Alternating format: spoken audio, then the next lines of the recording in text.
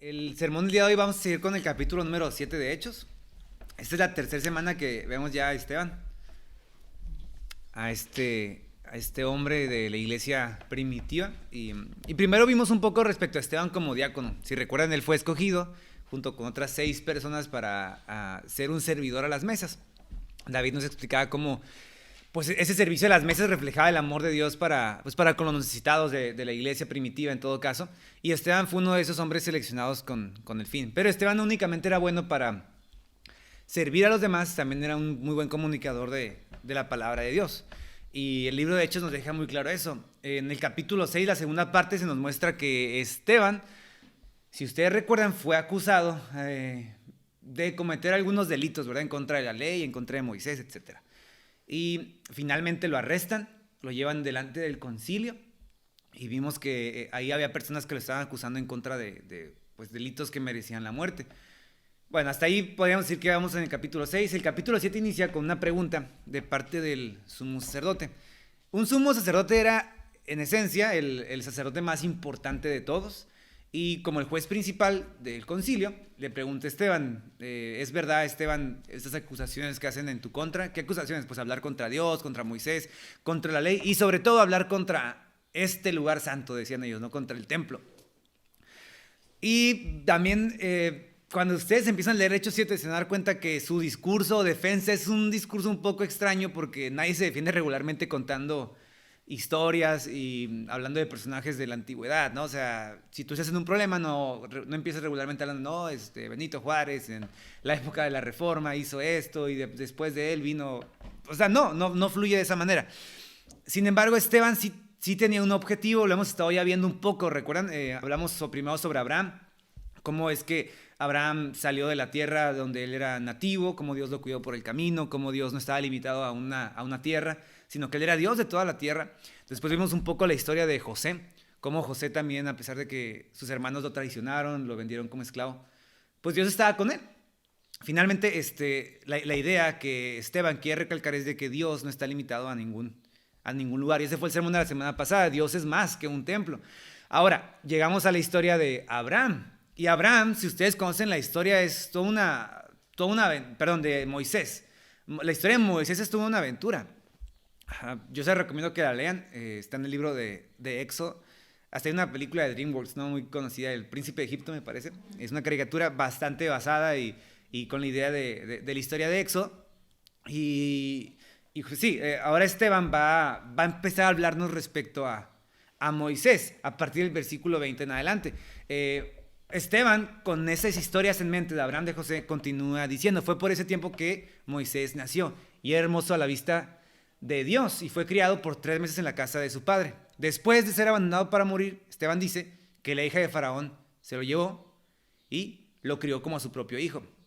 Y hasta ahí todo bien, ¿verdad? Porque vida resuelta. El texto continúa diciendo que Esteban dice que Moisés fue instruido en toda la sabiduría de los egipcios, que eran una civilización muy avanzada en su tiempo, y fue un hombre poderoso en palabras y en hechos. Pero cuando iba a cumplir la edad de 40 años, tuvo en su corazón el deseo de visitar a sus hermanos, los israelitas. Y al ver que uno de sus hermanos era tratado injustamente, el texto dice que lo defendió, lo vengó, matando al egipcio. Al siguiente día, él se presenta. ¿Por qué? Porque el texto nos menciona que él pensaba que sus hermanos israelitas se estaban dando cuenta que Dios les estaba dando libertad por medio de él. Pero ellos no entendieron. Al día siguiente se presenta cuando 2 de ellos estaban riñendo y les dice, trata de poner paz entre ellos diciendo, varones, ustedes son hermanos, ¿por qué se hieren uno el otro? Pero el que está hiriendo a su prójimo, dice el texto que lo empuja y le dice, a ti, ¿quién te ha puesto por gobernante y juez sobre nosotros? ¿Acaso quieres matarme a mí como mataste también ayer al egipcio o a días anteriores al egipcio? Por supuesto, al oír estas palabras, Moisés huyó y se convirtió en un extranjero en la tierra de Madián. Y el texto nos dice que llegó ahí a ser padre de dos hijos. Así que yo les recomiendo la historia porque hasta aquí, como van viendo, es una historia típica para telenovela, como diríamos aquí en México, ¿no? Es una historia bonita.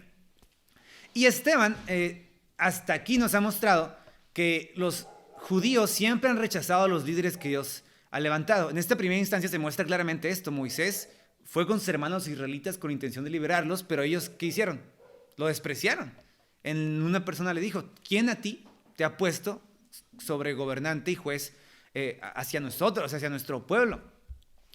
Pero Moisés sentía en su corazón este llamado. El texto dice que él pensaba que Dios pues mostraba a ellos que les estaba dando libertad, pero ellos no lo entendieron.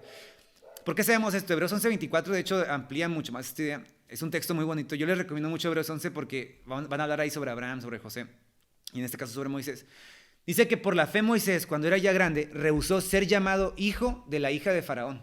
O sea, él rehusó voluntariamente ese privilegio. ¿Por qué? Escogiendo más bien ser maltratado con el pueblo de Dios que gozar de los placeres temporales del pecado. Al ver el rechazo de su pueblo y saber que la noticia del homicidio había corrido más rápido que sus palabras hacia sus hermanos de liberación, pues él decide huir. ¿Por qué? Evidentemente, si esa noticia llegaba a Faraón, y él siendo un judío también podría malinterpretarse como que él estaba queriendo liberar un movimiento pues revolucionario, armado, independentista, algo por el estilo. Y así que huye. Abraham había recibido de parte de Dios la noticia de que sus descendientes serían esclavizados por ¿cuántos años? ¿Recuerdan? 400. Y para el tiempo en que Moisés llega a este momento, el pueblo de Israel tenía aproximadamente 390 años de esclavitud. Así que Moisés seguramente entendió que probablemente él de una otra manera tendría un papel relevante en esa liberación, pero su incredulidad retrasó otros 40 años esta liberación. En el versículo 30, Esteban sigue contando, dice que pasados 40 años se le apareció un ángel en el desierto del monte Sinaí en una llama de zarza que ardía, un arbusto seco que se estaba quemando. Algo relativamente normal en el desierto. Y al ver Moisés esta visión se maravilla por un motivo. El arbusto no se consumía, seguía quemándose y quemándose y quemándose, y él se le hacía súper extraño. Se acerca para ver mejor la visión y entonces el Señor le habla y le dice, yo soy el Dios de tus padres, el Dios de Abraham, de Isaac y de Jacob. Solo imaginen eso. Habían pasado 400 años de esclavitud. Moisés había estado al borde de la muerte desde que era un niño y de pronto, después de huir y estar 40 años en el desierto, quizá olvidarse de Egipto, decir, Egipto ya no tiene relevancia para mí, tengo a mis hijos, mi familia. Ve un arbusto y Dios le dice, yo soy el Dios, pero ¿de quién? De tus padres, de Abraham, de Isaac y de Jacob. Y Moisés, temblando, no se atrevía a mirar. El Señor, ¿qué le dice?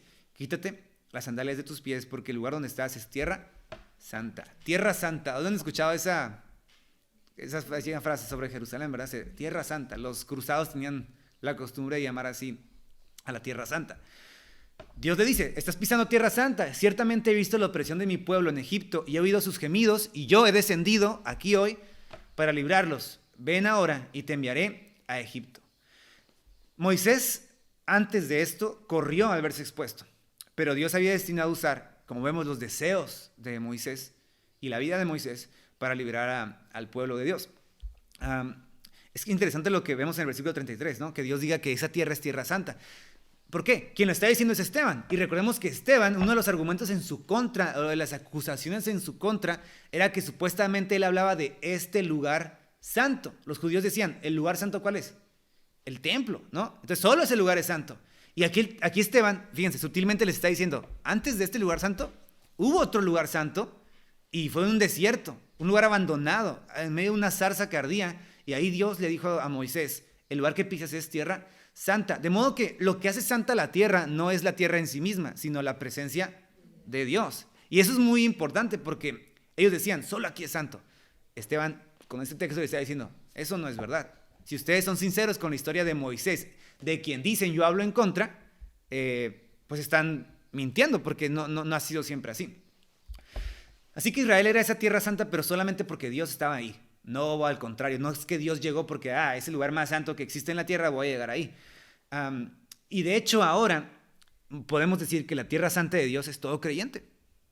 1 Pedro 2:9 dice, ustedes, o sea nosotros, somos linaje escogido, real sacerdocio, una nación santa. Entonces la tierra santa es todo aquel que confiese que Jesús es el Señor. Y eso es una gran noticia porque significa que a donde usted y yo vayamos, si vas a salir de viaje la próxima semana, si yo la próxima, no es de que me fui de Dios o estoy alejado de Dios. Dios va conmigo y más aún, yo puedo llevar su presencia a todo lugar a donde vaya y bendecir a otros también a través de esa tierra santa que estamos extendiendo. El primero, Esteban les está mostrando que primero pues no ha hablado contra Moisés. Y segunda, por más que ellos se ofendieran porque Esteban había hablado del lugar santo, pues no era tan santo al final, ¿no? Vaya, o sea, no es que fuera hiper especial. Y mucho menos ahora que el evangelio había llegado y que Jesús había dicho que no se podía adorar a Dios en un lugar físico, sino más bien con una actitud de corazón, en espíritu y en verdad. Pero ¿cómo les demuestra que Dios es más que un templo? Les dice que Moisés experimentó la santidad de Dios sino el templo. Y eso es importante. Ellos pensaban que la única manera de a Dios, de relacionarte con Dios, era por medio del templo. Pero les está mostrando, Moisés se relacionó con Dios y su santidad en un desierto, enfrente de un arbusto seco que se estaba quemando. Ellos, recordemos lo que Esteban nos ha dicho, los judíos en su momento rechazaron a Moisés. Y podemos ver aquí un símil con el rechazo hacia Jesucristo. Jesús vino y también fue rechazado. Cuando hablaron contra Jesús enfrente de Esteban, ustedes recuerdan, capítulo 6, los últimos versículos, le dicen a Esteban, este Nazareno Jesús, como diciendo, este Jesús, de una manera despectiva, hablando, es una manera no correcta de referirte a alguien. Por supuesto, ellos rechazan a Jesús y entonces se refieren a él como este Nazareno Jesús. Y Esteban, curiosamente, observen el versículo 35, usa la misma manera en que se refirieron a Jesús para referirse a Moisés. Les dice en el versículo 35, este Moisés, a quien ustedes rechazaron diciendo, ¿quién te ha puesto por gobernante y juez? Es el mismo que Dios envió para ser gobernante y libertador con la ayuda del ángel que se les apareció en la zarza. Este hombre, nuevamente, los sacó haciendo prodigios y señales en la tierra de Egipto, en el Mar Rojo y en el desierto por 40 años. Y otra vez 37. Este es el mismo Moisés que dijo a los israelitas, Dios les levantará un profeta como yo entre sus hermanos. Y este es el que estaba en la congregación en el desierto junto con el ángel que le hablaba en el monte Sinaí con nuestros padres. El que recibió palabras de vida para transmitirlas a ustedes, al cual nuestros padres no quisieron obedecer, sino que repudiaron y en su corazón quisieron regresar a Egipto, diciendo a Aarón, que era como el segundo al mando, haznos dioses que vayan delante de nosotros, porque este Moisés que nos sacó de la tierra de Egipto, no sabemos qué le pasó. Fíjense otra vez, este Moisés. En aquellos días hicieron un becerro de oro y ofrecieron sacrificios a su ídolo y se regocijaban en la obra de sus manos. Pero Dios se apartó de ellos y los entregó para que sirvieran al ejército del cielo, o sea, las estrellas, como está escrito en el libro de los profetas. ¿Acaso fue a mí a quien ofrecieron víctimas y sacrificios en el desierto por 40 años, casa de Israel? Es una pregunta retórica. No, también llevaron al tabernáculo de Moloch, un dios pagano, y a la estrella del dios de Renfán, una referencia a Saturno o a Júpiter. Dice, las imágenes que hicieron para adorarlas, yo entonces también los deportaré más allá de Babilonia. Si se dan cuenta, la idea es otra vez la misma. A Moisés ustedes lo rechazaron. A este Moisés ustedes lo rechazaron. Le dijeron, ¿quién te ha puesto a ti por gobernador? ¿Y quién te ha puesto por juez? Pero de hecho Dios lo puso por más que juez, lo puso por libertador. Y Moisés, el texto nos dice que no solo andaba por ahí haciendo milagros, ¿sí? O sea, ciertamente Moisés era un hombre poderoso en milagros y les demostró que Dios lo había respaldado. Pero Moisés no únicamente andaba haciendo milagros. Moisés también les dio las palabras de vida, o sea, la ley, a los israelitas. Así que Esteban está diciendo, nuevo, yo no solo hablo contra la ley, ¿se dan cuenta? Él está diciendo, son palabras de vida. O sea, yo reconozco que Dios le dio a Moisés palabras de vida. Ellos acusaban a Esteban y en todo caso a Jesús en su momento de hablar contra la ley, pero Esteban les está diciendo, hipócritas, o sea, ustedes y sus padres tienen la ley buena y santa como es y a pesar de eso no lo obedecen. Y al contrario, la tuercen a conveniencia y guardan los mandamientos menores con más pasión que los mandamientos más importantes o relevantes. Y Jesús acusó exactamente de eso a los religiosos en su época. Porque les dijo que ellos tomaban las partes de la ley que satisfacían sus deseos de control, de estabilidad, etc.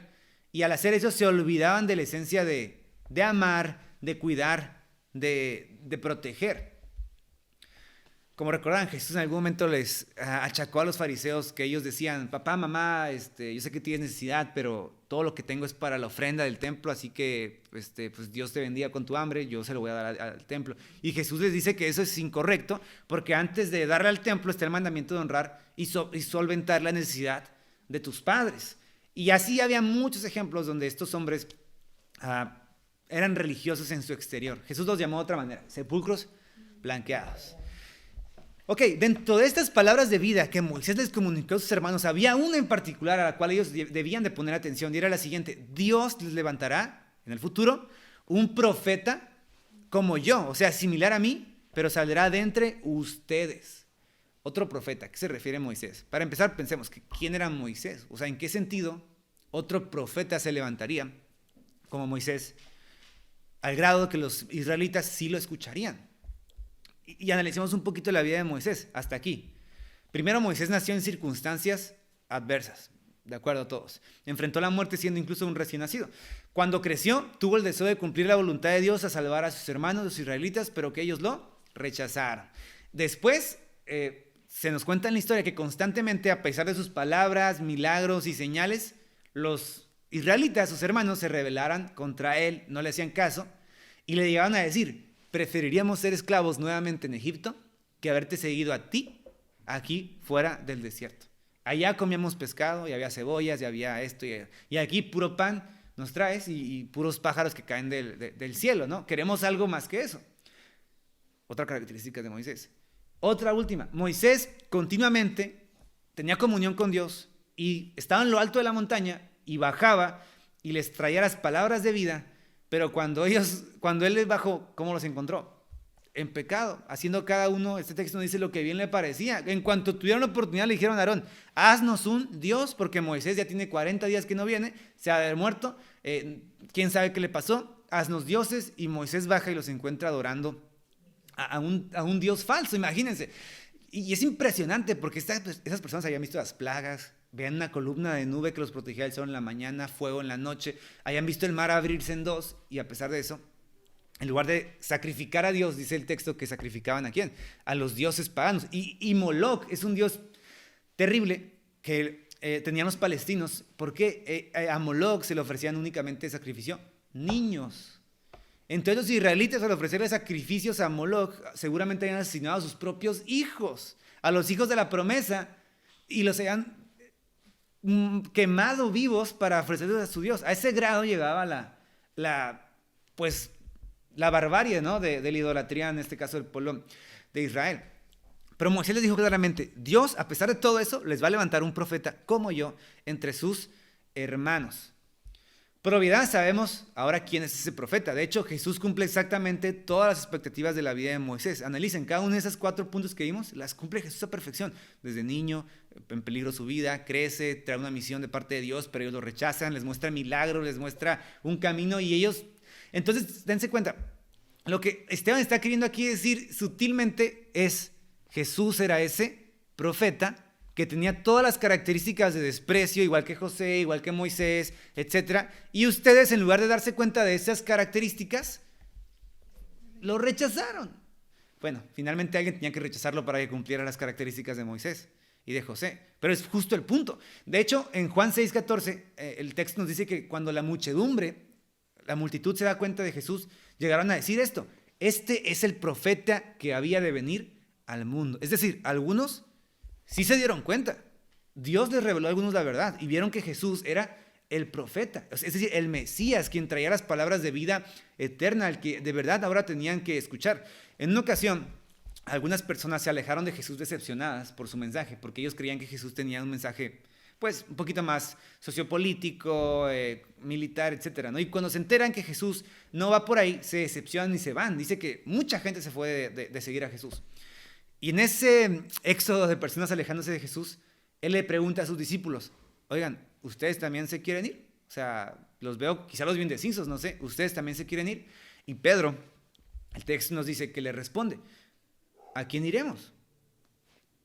O sea, nos vamos, pero ¿a quién iremos? Porque solo tú tienes palabras de vida eterna. De modo que sí, algunas personas sí se dieron cuenta que él era el profeta y pudieron decir: solamente tú tienes palabras de vida eterna. ¿Qué hizo Dios en este caso con Israel al ver su terquedad? Al ver que ignoraban a Moisés y harían con Jesús más adelante. Pues Dios los entregó a su pecado. Y eso es algo que nosotros debemos tener, yo creo, observar y tener pendiente, porque a veces pensamos que hay personas que siguen haciendo el mal y decimos, ¿por qué Dios no hace nada? ¿No? A veces Dios hace algo y es dejarlos justamente que sigan en su camino de pecado, de perdición y de dolor, y finalmente para que finalmente paguen las consecuencias. En este caso, Dios pudo haber matado a todos los israelitas infieles, ¿estamos de acuerdo? Pero Él los dejaba, decía, sigan ustedes en su pecado, y eso pasó con ellos. Y ahora Esteban, con esto en mente, nos va a decir, ya cubrió la acusación en contra de Moisés, en contra de la ley, y ahora va a reforzar su acusación, su defensa contra la idea de que él hablaba contra el templo. En el versículo 44 le empieza a contar que sus padres tuvieron un tabernáculo. El tabernáculo es un templo, se le llamaba así, es una carpa en esencia móvil donde se adoraba a Dios. Y Moisés había sido comunicado de parte de Dios que hiciera un tabernáculo conforme a un modelo. La palabra modelo es importante porque significa que el tabernáculo no era como el modelo en sí, era el modelo de un modelo original que estaba en el cielo. Así que no es como que ese fuera el templo, no hay otro. O sea, era un modelo, era una copia de algo que Moisés también había visto de parte de Dios. No era ni siquiera tan especial como ellos pensaban. Y a su vez ellos, cuando entraron a la tierra prometida, lo introdujeron con Josué y lo pusieron ahí, ¿no? Y llega un punto en la historia de Israel donde surge el rey David. Y el rey David nos cuenta la Biblia, como les digo, Esteban está hablando de muchos temas muy seguido, ¿no? Dice que David halló gracia delante de Dios, Dios lo liberó de todos sus enemigos, y entonces le pidió a Dios el favor de poderle construir una morada. Pero fue Salomón finalmente quien se le edificó. Ok, el tabernáculo era una carpa móvil que fungía como templo, ¿vale? Era un templo móvil, pues porque no podías construir un templo de piedra y luego andarlo cargando de aquí para allá. De modo que ellos hicieron un templo móvil. Pero cuando finalmente estaban en la tierra prometida y había paz y había estabilidad en el reino, David tuvo una gran idea. Dice el texto, en 2 Samuel 7 se nos cuenta que David un día estando en su palacio en paz, le dice al profeta Natán, oye Natán, yo vivo en una casa de cedro, con piedras y un trono, y Dios vive en una carpa. Déjame hacerle un templo a Dios. Y a Natán el profeta se le hizo una excelente idea, le dijo, David, haz lo que tú quieras, ¿no? No creo que Dios oponga que le hagas un templo de piedra. Vaya. Pero fíjense la respuesta de Dios. Natán se va. Como que, ok, sí, Dios quiere. Y luego Dios le habla a Natán, diciéndole, a ver, ¿y a ti quién te dijo que yo quería un templo? Regrésate con David, que le vas a decir algo de mi parte. Estoy parafraseando, ¿verdad? Evidentemente. Llega Natán con David y le dice de parte de Dios lo siguiente, David, tú me has de edificar a mí una casa donde yo viva. O sea, fíjense, luego Dios te empieza a decir, David, tú eras un simple pastor. Yo te saqué de detrás de las ovejas, donde van dejando todo su desperdicio. De ahí atrás yo te saqué.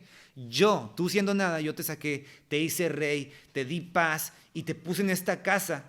Y ahora tú quieres hacerme una casa a mí. Es más, le dice Dios, yo nunca le he pedido a nadie, le he dicho a alguno de los profetas, hey, Israel, háganme una casa. No, pero fíjense, Dios le dice, tú no me vas a hacer una casa, yo te voy a hacer a ti una casa. Curioso, ¿no? Ahora, no se refería a Dios a una casa física como que iba a mandar ángeles a construirle un castillo gigante a David. Le dice, cuando tú mueras y duermas con tus padres, ¿qué tipo de casa te voy a levantar? Una casa real. Se refiere a una dinastía. Le dice, yo voy a levantar después de ti a uno de tu linaje. Él va a proceder de tus entrañas y en él afirmaré mi reino. Versículo 13. Y él edificará casa a mi nombre y yo afirmaré para siempre el trono de su reino. Y yo le seré al padre y él me será el hijo. Impresionante. O sea, Esteban no está dando aquí historias al azar. Esteban está usando las acusaciones en su contra para mostrarles una cosa. Cuando David quiso construirle un templo a Dios, Dios le dijo, David, yo no necesito una casa. Yo nunca he pedido una casa y tú no me vas a construir una casa. Alguien, uno de tus descendientes, me va a construir una casa. Por supuesto, cuando Salomón nació, Salomón, el hijo de David, sí construyó un templo a Dios. Pero ¿saben qué le pasó a este templo? En algún punto, el templo fue destruido. El templo que los acusadores de Esteban defendían era como el tercer templo reconstruido ya en esa época. Ni siquiera era el templo original, el de Salomón. El templo que, por cierto, Esteban menciona, Dios no necesitaba. Más aún, versículo 48, Esteban continúa diciendo, el Altísimo no habita en casas hechas por manos de hombres, como dice el profeta. El cielo es mi trono y la tierra es el estrado de mis pies. ¿Qué casa ustedes me van a edificar? Dice el Señor. ¿Cuál va a ser el lugar de mi reposo? ¿No fue acaso mi mano la que hizo todas las cosas?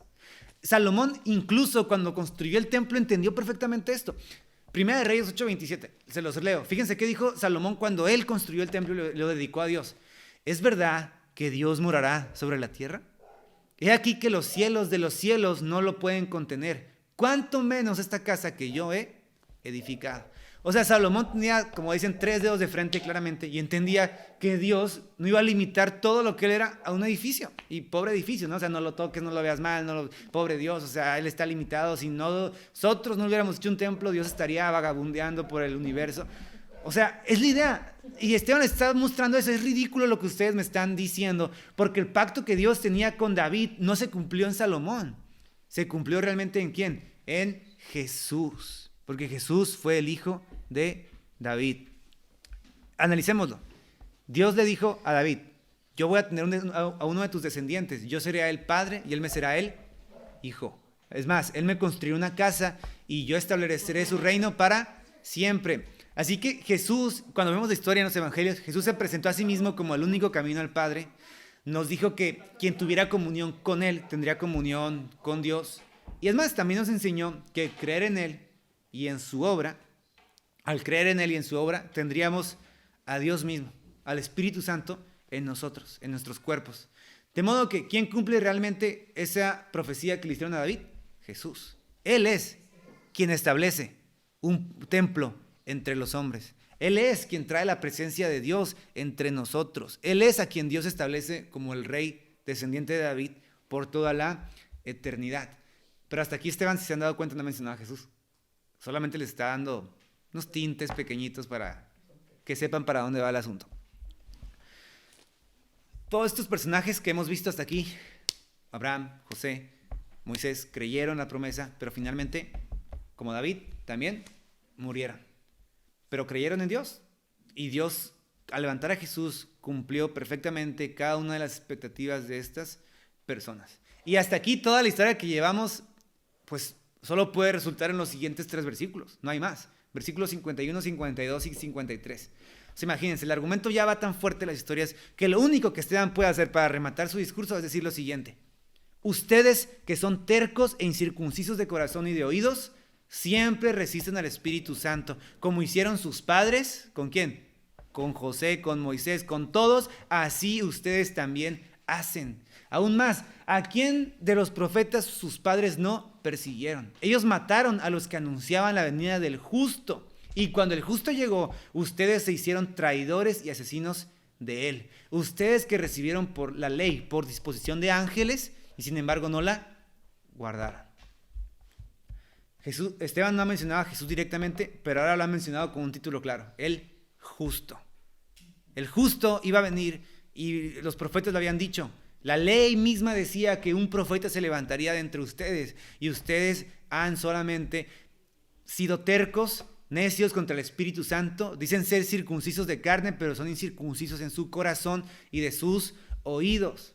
O sea, Esteban aquí les anunció el destino del evangelio, si se dan cuenta. En esencia, como hemos visto, los judíos tuvieron la oportunidad. Jesús lo dijo, a los suyos vino, en 1 Juan, ¿no? Juan 1. A los suyos vino, pero los suyos no lo recibieron. Y entonces, a todos los que lo recibieron, a los que creen en su nombre, Dios les ha dado el derecho de ser llamados hijos de Dios. No es que Dios estuviera claramente en contra de Israel.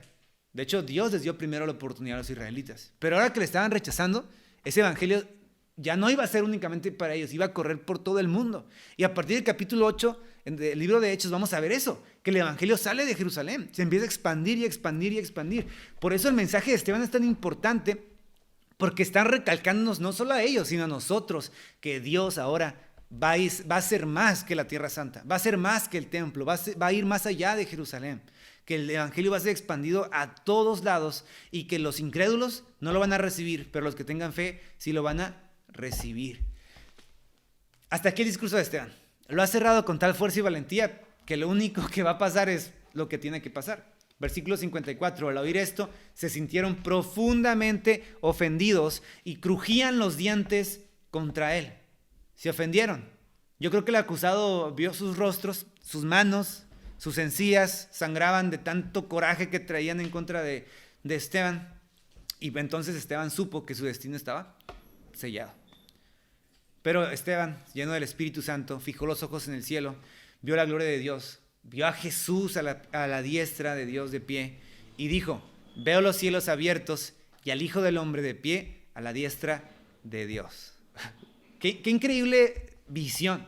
O sea, el destino de Esteban estaba marcado ya en piedra, iba a morir, pero Dios le muestra desde el cielo su rostro de aprobación, como diciendo: hijo, no te preocupes, viene algo duro, pero pronto estarás conmigo. Yo solo imagino esa visión y de verdad me quiebra porque, o sea, Esteban, toda su vida, no sé si conoció a Jesús físicamente, no sabemos, pero toda su vida ahí en su ministerio hablaba de Jesús, contaba de Jesús, y ahora, a punto de morir, voltea al cielo y ve el rostro de Jesús y dice que estaba de pie. Y la Biblia nos dice que Jesús, después de subir al cielo, se sentó a la diestra del Padre.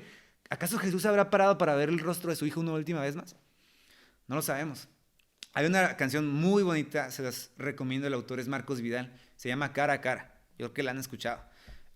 Y esta canción explota sin igual este sentimiento, esta necesidad del creyente de ver a Jesús frente a frente. Hay una parte del coro donde él dice, ¿no? Quiero mirarte cara a cara y ahí en tu mirada, envuelto en tu amor, disfrutar, ¿no? Dice: solo deja de mirarte cara a cara y perderme como un niño en tu mirada. Y que pase mucho tiempo, que nadie diga nada, porque estoy viendo a mi maestro cara a cara. Moisés fue absorbido por lo que veía. Esteban, el rostro de su maestro. Es el primer ser humano, proyecten esto, es el primer ser humano en ver a Jesús en la gloria del cielo. Antes que él, nadie otro lo había visto probablemente. Es el primero que lo ve aquí en la tierra, levantando sus ojos y dice: Jesús está en el cielo a la diestra de Dios, de pie, contemplándome. Ahora, no era para que se anestesiaran, era para que vieran la realidad como era. ¿Qué hicieron ellos? Entonces, ellos, gritando a gran voz, se taparon los oídos cuando escucharon esto y se lanzaron a una contra él y lo echaron fuera de la ciudad y comenzaron a apedrearlo, y los testigos pusieron sus mantos a los pies de un joven que se llamaba Saulo. El apedreo, según la ley, debía hacerse con un orden, ¿eh? O sea, no crean que era al azar, tenían que aventarte de una manera, te tenían que apedrear los testigos, pero aquí los modales, como dicen, las leyes, sus ceremonias, se les fue, ¿no? O sea, se les olvidó. Fue tanto la ira que dice que lo agarraron, lo aventaron fuera de la ciudad, claro, porque pues no le iban a matar adentro de la ciudad, y desordenadamente comenzaron a apedrearlo. Yo digo, otros a lo mejor escogían las piedras más grandes, las más filosas. Otros religiosos se quitaban sus túnicas, se desabrochaban sus filacterias de los brazos, sus tablas de su cabeza. O sea, no podían ensuciarse sus mantos sagrados al apedrear a alguien, por supuesto. Se olvidaron de todo el exterior y los tiran a los pies de un muchacho que se llamaba Saulo. Posteriormente, aquí nosotros conoceremos como Pablo, el apóstol Pablo, escritor de la mayoría del Nuevo Testamento. Y ahí está Pablo parado frente a ellos, quizá queriendo participar, pero le dijeron: tú cuida las túnicas sagradas, no se vayan a manchar. Y ahí está observando esta barbarie. En ese momento, un velo tan espeso cubría sus ojos que él veía a Esteban como despreciable. Pero después, Pablo mismo llegó a decir, Filipenses 1:21, para mí el vivir es Cristo y el morir es ganancia. Y le costó a Pablo en un momento de su vida. Seguramente Esteban cayó, sufrió al ser arrojado, lo golpeaban, pero el hermoso rostro que veía en el cielo lo hacía pararse, lo hacía quizá querer levantar sus manos como agarrando eso. Y el versículo 59 dice que mientras lo apedreaban, estaba de pie, Esteban invocaba al Señor y decía: Señor Jesús, recibe mi espíritu. Y mientras estaba ahí orando, probablemente sintió el fuerte golpe de una roca en su cabeza, sangrando se contrajo, versículo 60, cayendo de rodillas, clamó en alta voz diciendo: Señor, no les tomes en cuenta este pecado.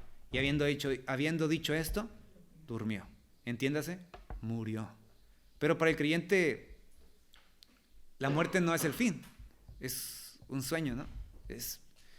Hay una canción muy antigua, un corito que dice: será un leve dormir y un eterno despertar. Y así será. Esteban durmió, pero cuando abrió sus ojos de nuevo, estaba en la presencia del Señor. Aplicaciones, aquí podríamos tardar una hora de la historia de Esteban. Sin duda, el mensaje principal de la vida de Esteban es que Jesús es tan real que no únicamente mi testimonio y mi vida y mi valentía de llevar hasta las últimas consecuencias esta fe es lo que valida que Jesús sea real. La palabra misma, desde el Antiguo Testamento, una y otra vez, a lo largo de cada historia, valida que el mensaje de Jesús es real. Por eso el autor de Hebreos 3:7, fíjense qué dice, y con esto vamos a terminar. Por lo cual, como dice el Espíritu Santo, si hoy oyes su voz, no endurezcas tu corazón, como los israelitas en la provocación, en el día de la tentación, porque ellos me probaron y vieron mis obras por 40 años, y a causa de eso me disgusté contra esa generación y les dije: ustedes siempre andan vagando en su corazón y no han conocido mis caminos, y por tanto juré en mi ira, no entrarán en mi reposo. Y termina el autor diciéndonos: miren, hermanos, que no haya en ninguno de ustedes un corazón malo de incredulidad para apartarse del Dios vivo. Y eso es con lo que yo quiero cerrar. Analicemos hoy, veamos en nuestro corazón si no hay algo, una raíz de amargura, algo que esté en nuestro corazón impidiendo que nos acerquemos a Dios. Esteban, y la palabra de Dios nos dice hoy: si oyes hoy su voz, no endurezcas tu corazón. Yo sé que todos aquí podrían decir que han entregado sus vidas a Jesús, pero veamos a Esteban como ese ejemplo de entrega más apasionada aún, de decir: no es únicamente que te entrego mi vida, Señor, te entrego mi vida hasta las últimas consecuencias, incluso si tengo que morir. Yo sé que tú estás ahí en el cielo esperándome a la diestra del Padre como mi abogado, como mi defensor, como mi hermano. Y eso, creo que esa historia es incendiaria, porque lo que va a pasar en los versículos 8 en adelante va a ser una revolución total para todo el mundo. Y por algo la historia de Esteban está justo aquí, para mostrarnos eso.